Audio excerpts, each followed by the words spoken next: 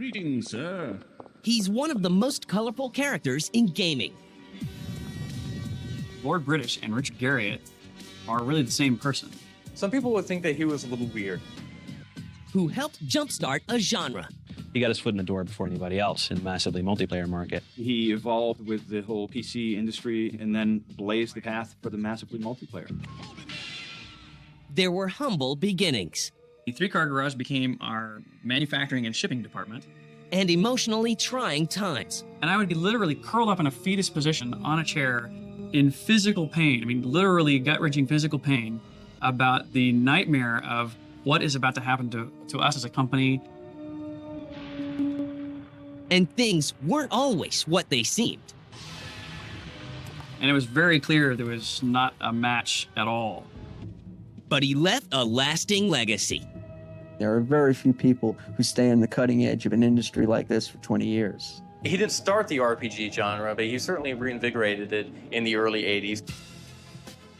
This is the story of a video game wizard and his journey through knighthood. Lord British and Richard Garriott, you could probably say, is one of the founding fathers of the games industry. It's the story of Richard Garriott.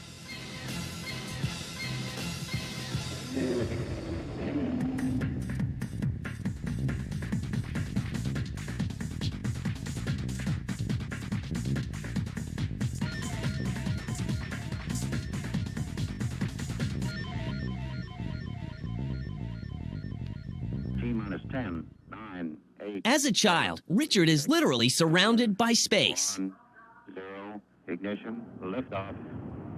Liftoff. My father was a Stanford University professor and then a NASA astronaut. And that took our family to Houston, right across from the Johnson Space Center, where all of our neighbors, literally both my next-door neighbors and the people behind us, were astronauts. And the people all around us were either astronauts or engineers. And his mother's career helped pave his own. And my mother is a professional artist.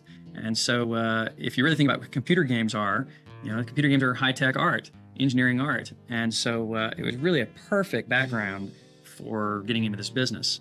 Richard doesn't develop an interest in gaming right away, but by age 14, he reaches a turning point. An epic story helps lead him on his way. First one was being given the book Lord of the Rings, which was the first and still largely the only fantasy work that I've read. The second thing was role-playing games, like Dungeons & Dragons. So 1974 is the year Dungeons & Dragons was published, and so I was one of the early adopters of that game. But these times aren't filled with just fantasy. So I began to work with or play with these personal computers, not really even at home, didn't have one yet. At school, young Richard is fascinated with computers and teaches himself programming. I began to create little fantasy games on this teletype. I would draw walls for corridors of a dungeon, dollar signs for where the treasure was, letters for the first initial of the monster that might be moving around the halls. And I was very fortunate that getting in early was the key to successful self-taughtness. Richard jots down his own D&D type games. Their names were D&D 1, D&D 2, D&D 3. I actually had to write all my programs out in a notebook. And makes a very smart bet with his father. He said, you know, that game, this is huge, this will never work. And I said, oh, this is going to work. I've been paying very close attention to writing this out. And he said, I will buy half of an Apple II computer, and you pay for the other half, if when you type this whole thing in, it works. And as a prop to his birthplace, I was born in Cambridge, England, but I only lived there for 1 month. He creates his own moniker for his Dungeons & Dragons games, Lord British. And so as I began to write my first computer games, I just started putting, you know, Lord British as a character, as one of the many characters within those games. So as soon as we had the Apple II, the next logical thing to do, of course, is to take, I've already done 28 of these simple character graphics games on a teletype. I turned around immediately to do the same thing on the Apple II. And so I came up with a new name that I thought I literally made up, which was called Akalabeth. Akalabeth becomes his first game for the Apple II. Akalabeth is not a very good game in the sense of it's a cool demo, but there's no way to win the game. There's no plot to the game. There's no sequence of events. It's just randomly generated dungeons and treasure hunts with no goals to accomplish. But good enough to impress his boss at Computerland. He said, you know, well, Richard, you know, your game is every bit as good or better than the 2 or 3 games that existed at the time that were hanging on the pegboard wall in Ziploc bags. And he said, you know, your game's as good as those, we ought to publish it. Enterprising Richard likes the idea, but decides to publish the game himself.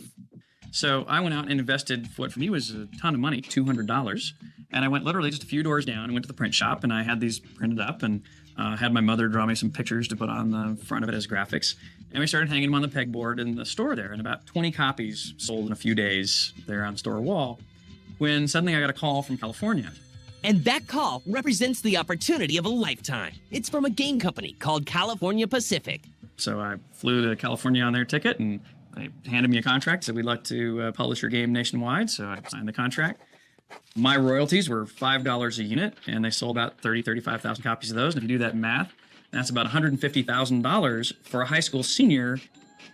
He goes on to the University of Texas and immediately begins working on a follow-up. So immediately I said, wow, if this game will do this well, which was already a bestseller, with a game that I never even intended on releasing to the public at all, if I do a game knowing that it's for public consumption, I can make a much better game. And that's what began the first Ultima. And the birth of the Ultima series will launch gamers into a new world.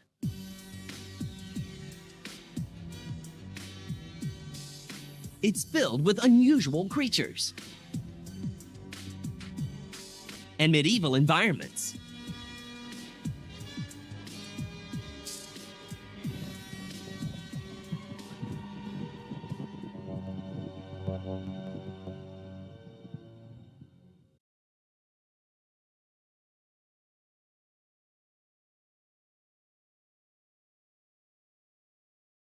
In this box is what I need to control my diabetes, to stay healthy, and get on with my life. It comes from Liberty Medical. And now, it's not only where I get my diabetes testing supplies, but it's where I get my prescription drugs as well. See, if you're on Medicare, the cost of your diabetes testing supplies, as well as your prescription drugs, may be covered. Liberty takes care of all the paperwork with Medicare and sends the prescription forms directly to your doctor for approval. Then on your schedule, packs up this box and sends it right to your door with no charge for shipping. Liberty assures you have what you need to manage your diabetes, and that starts with a free meter. Call today and get a free meter. Plus, when you join, you'll also get a free cookbook. Call Liberty. They can help you live a better life.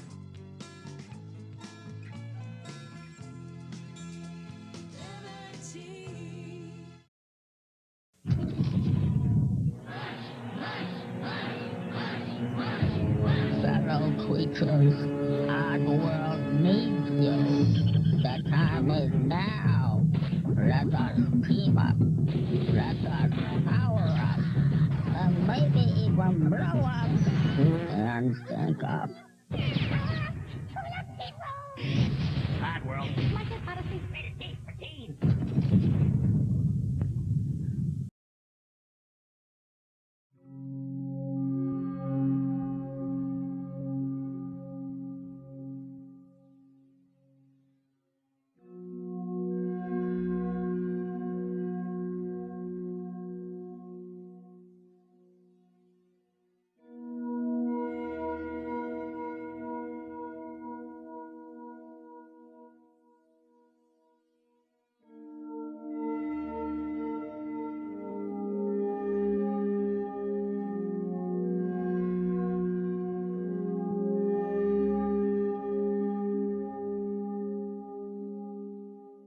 Abandoned shenanigans. Only on G4TV2. They say a man should always dress for the job he wants. So why am I dressed up like a pirate in this restaurant? It's all because some hacker stole my identity. Now I'm in here every evening serving chowder and iced tea. Should have gone to freecreditreport.com. I could have seen this coming at me like an atom bomb. They monitor your credit and send you email alerts, so you don't end up selling fish to tourists in t-shirts. Offer applies with enrollment and triple advantage.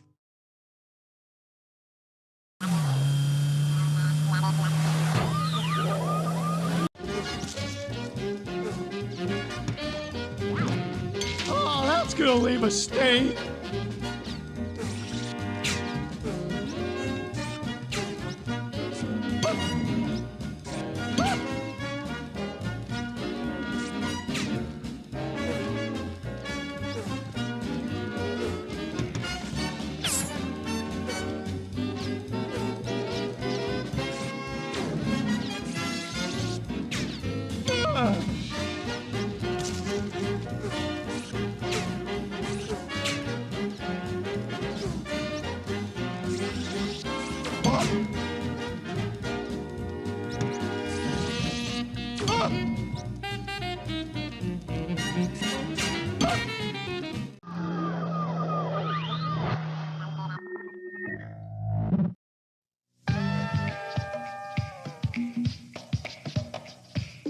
Ah, summer love. You meet. You flirt. And if all goes well, you find your perfect match. The sandal sale, only at Payless. Summer love has its place, and doesn't it feel good? Now at Payless, you can slip into the summer's hottest styles, and at only $9.99, you can afford to love them all.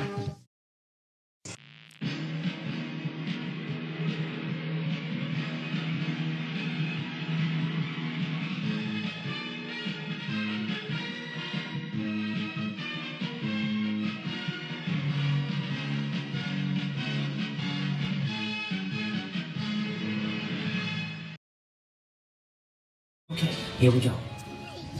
Take care of yourself. Try not to run through any more closets. Mike, that's not her door. What are you talking about? Of course it's her door. It's her door. No, her door was white. No. And it had flowers on it. No, it must have been dark last night, because this is its door. Hey, you hear that? Sounds like fun in there. Okay, send me a postcard, kid. That's Mike Wazowski, care of 22. Mike Wazowski, you got your life back lane. Very good. Now, bon voyage. Bye-bye. Come on. Look at the stick. See the stick? Go. Get the stick. Go fetch. Mike, this isn't Boo's door. Boo? What's Boo? That's what I decided to call her. Is there a problem? So, you're not supposed to name it. Once you name it, you start getting attached to it. Now put that thing back where it came from, or so help me! Oh, hey! We're rehearsing a scene for the upcoming company play called, Put That Thing Back Where It Came From, or So Help Me. It's a musical. Yeah, put that thing back where it came from, or so help me. So help me, and cut. We're still working on it. It's a work in progress, but hey, we need ushers.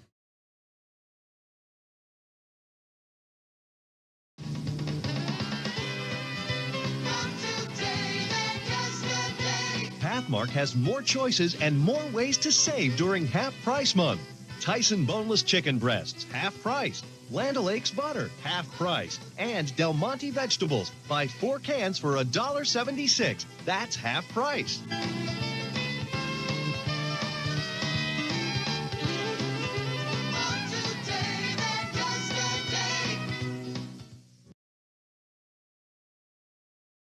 Crispy M&Ms are back. What are you doing? You said to tell our fans crispy M&Ms are back. Not those fans. Did you mean this fan? No. What about that one? There's a fan in the break room. Oh, so good, they're back. Hi, Billy Mays here for the Crocodile Cutter. The fastest and easiest way to cut virtually anything, guaranteed. It bites down, locks on, and powers through the toughest materials for the perfect cut every time. With ordinary scissors and shears, your hands get in the way. But the Crocodile Cutter keeps all your work above so you can power through below with precision speed. A simple squeeze of the handle transfers tremendous power to the cut. You'll glide through metal like a hot knife through butter. Zip through vinyl flooring lightning fast with just one pass. Or cut a smooth edge in delicate mica like a craftsman, saving you money. If you could spray a hose, you can use the Crocodile Cutter. The secret is the steel anvil cutting platform that supports and cuts as the power arm pushes the material through for a precise, clean cut every time. Precision cut screens, fencing and trim so they slide right in. Or cut, fit, and install gutters in no time at all. Easily decorative backsplash to the exact fit every time.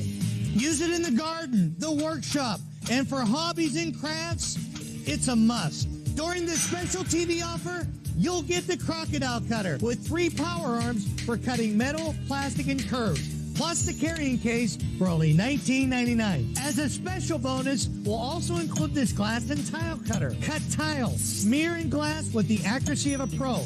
Yours free. But call right now and we'll double the offer and give you a second one free. Just pay separate shipping and handling. You get it all. 2 complete crocodile cutters, and 2 glass and tile cutters, a huge value for only $19.99. Call 1-800-620-9657 to order the crocodile cutter system with glass cutter for $19.99. Call now and we'll double the offer free. Just pay shipping. That's 2 complete systems for the same low price. Call 1-800-620-9657.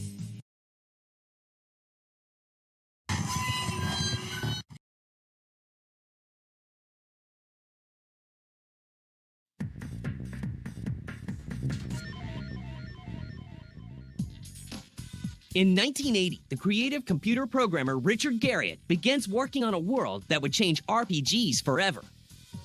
And he uses his Lord British character to help market the game. Well, my first publisher, was going like, well, what's this Lord British thing on here? And they went, well, Richard Garriott is not really a very memorable name in a marketing sense. Let's drop Richard Garriott off the credits and let's just leave Lord British. Ultima is a 2-dimensional computer-animated sword and sorcery fantasy world with an ecology, economy, and ethical code of its own. This world is called Britannia. Richard releases the second game in the series, Ultima 2: Revenge of the Enchantress. There used to be the good old days, as they might be called, when one guy could make a game. And that's exactly what he does. With only $70,000 scraped together from savings, his parents, and private investors, Richard and his brother Robert start a new company, Origin. They work out of his parents' garage. Literally, we had a 3-car garage with an art loft over it. The small room was Robert's, the business office, and the big room was me and a few of my friends who did all the games. And the 3-car garage became our manufacturing and shipping department.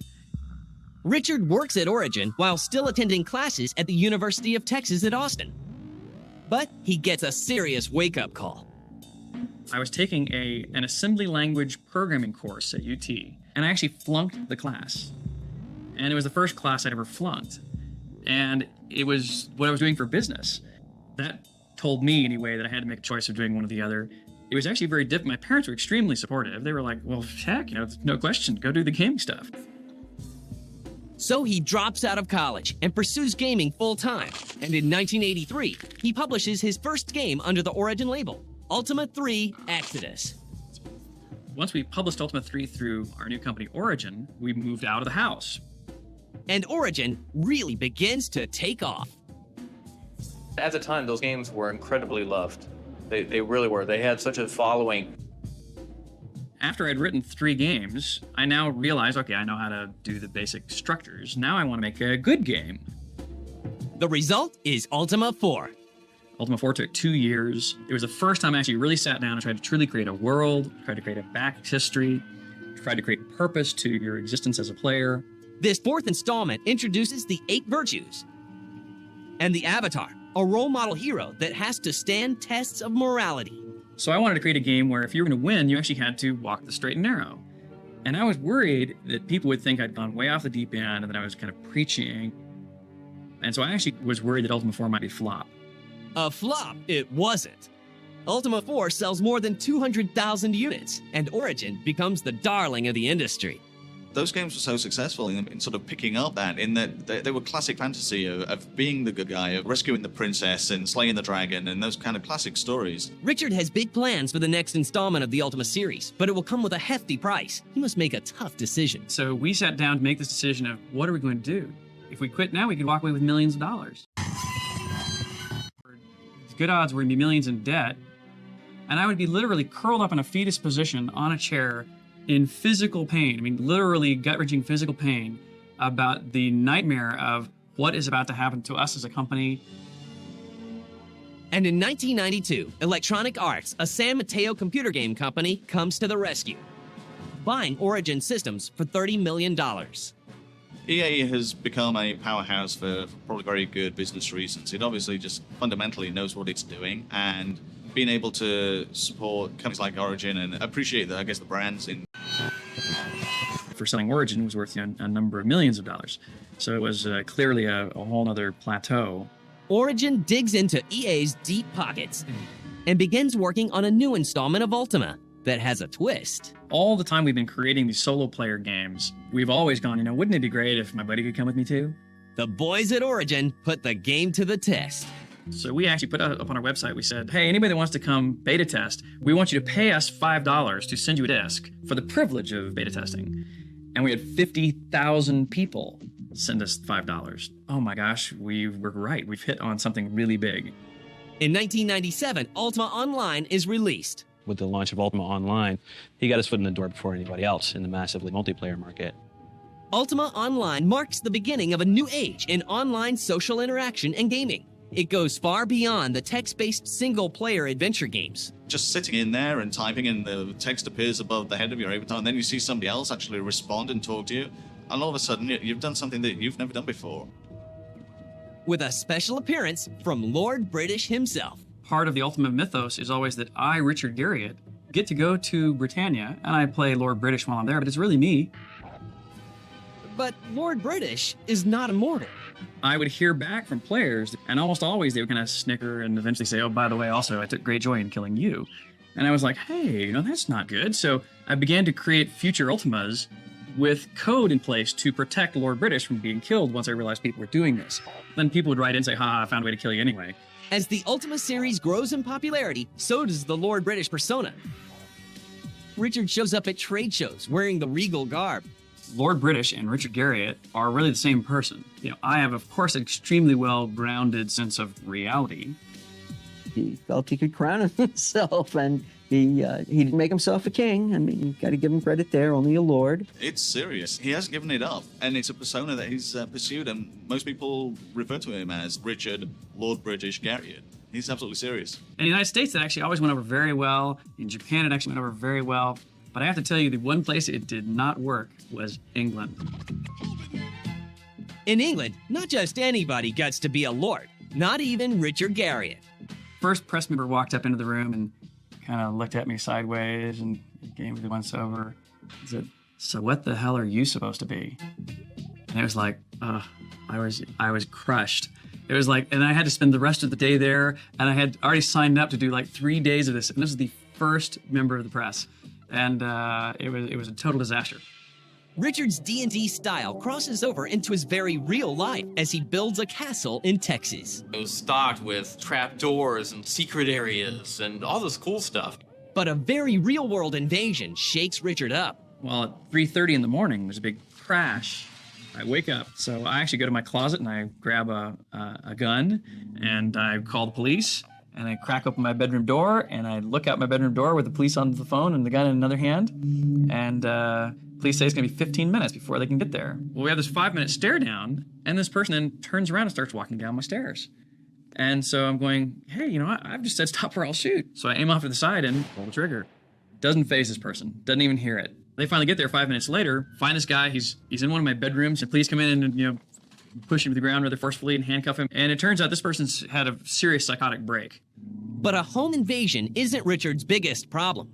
Creatively, things are about to take a drastic turn. The last 6 months of my time there was spent in this battle, effectively, of my vision for the future versus the other senior members of the corporation's vision of the future. And it was very clear there was not a match at all.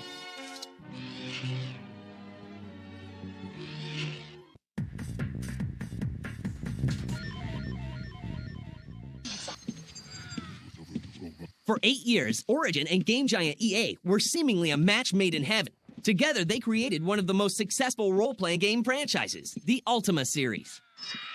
But as the saying goes, all good things must come to an end.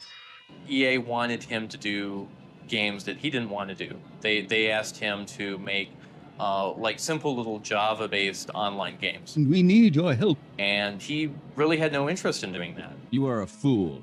Goodbye. And in 2000, Garriott leaves EA and Origin, the company he founded nearly 20 years before. The departure is painful. Origin was still a place where I assumed I would be spending the rest of my career, and Electronic Arts was a company I presumed I was be spending the rest of my time with as well. So to leave that nest and go that far away was much more traumatic. Upon leaving EA and Origin, he signs a non-compete contract. And so we forged a deal that basically allowed me to continue equity participation with the company for a period of a year. That way I was still earning money even though I wasn't working, so to speak.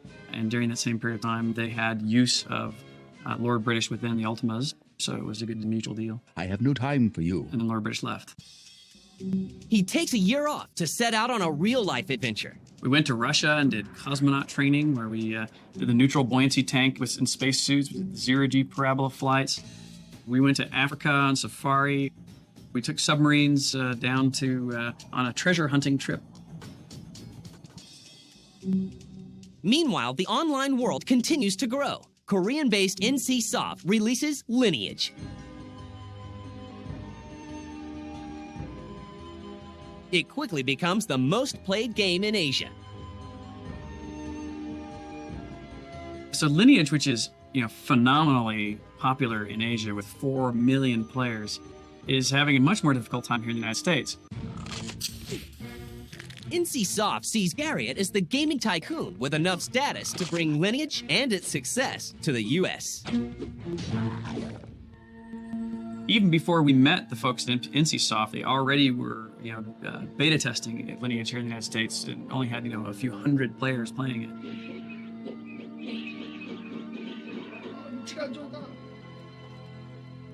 And it's interesting to kind of look at, what are the factors that has made this phenomenal success in Asia, and how can we maximize its success in the United States? It turns out that's a more difficult problem than we thought, because we actually thought we knew the answer to it, and so far we haven't proven that that's the case.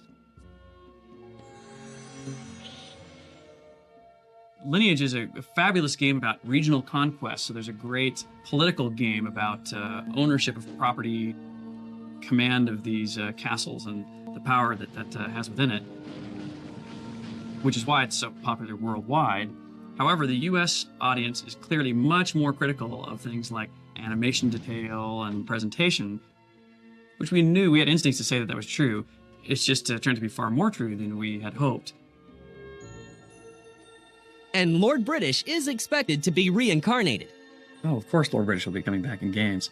Not only are now with NCSoft, Lord British is actually taking a tour inside the game Lineage. And that's not all. Offline, the real-life Lord British is working on his new game. It's called Tabula Rasa, which my brother is working on. And so Tabula Rasa really has one key goal from a gameplay standpoint, and that is to blend the best features that we evolved over the last 20 years in solo player gaming, and combine that with the best features of massively multiplayer gaming. Tabula Rasa, first of all, is not a medieval swords and sorcery game. I sort of view Tabula Rasa as a mystical, futuristic, farcical world.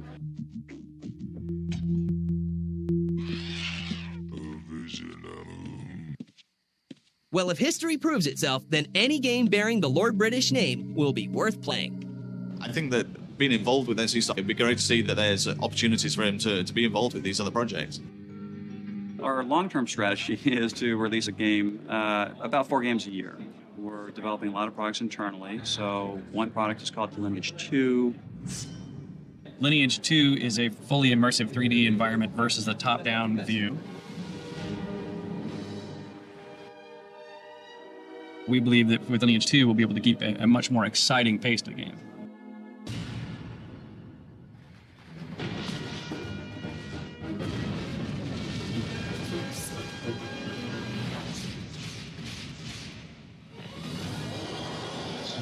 He didn't start the RPG genre, but he certainly reinvigorated it in the early 80s. But he was the first person to really make it work online, to really introduce a massively multiplayer social element to it. I don't know that I would say that's inventing a genre. Do not be so sure. But he certainly took an existing genre into a really, really exciting direction. Lord British, Richard Garriott, you could probably say is one of the founding fathers of the games industry. His original games, the Ultima series, were absolutely the games that got a lot of people into the industry as it is right now. Richard Garriott is kind of a role model for a lot of us because he pioneered things when there was nothing happening.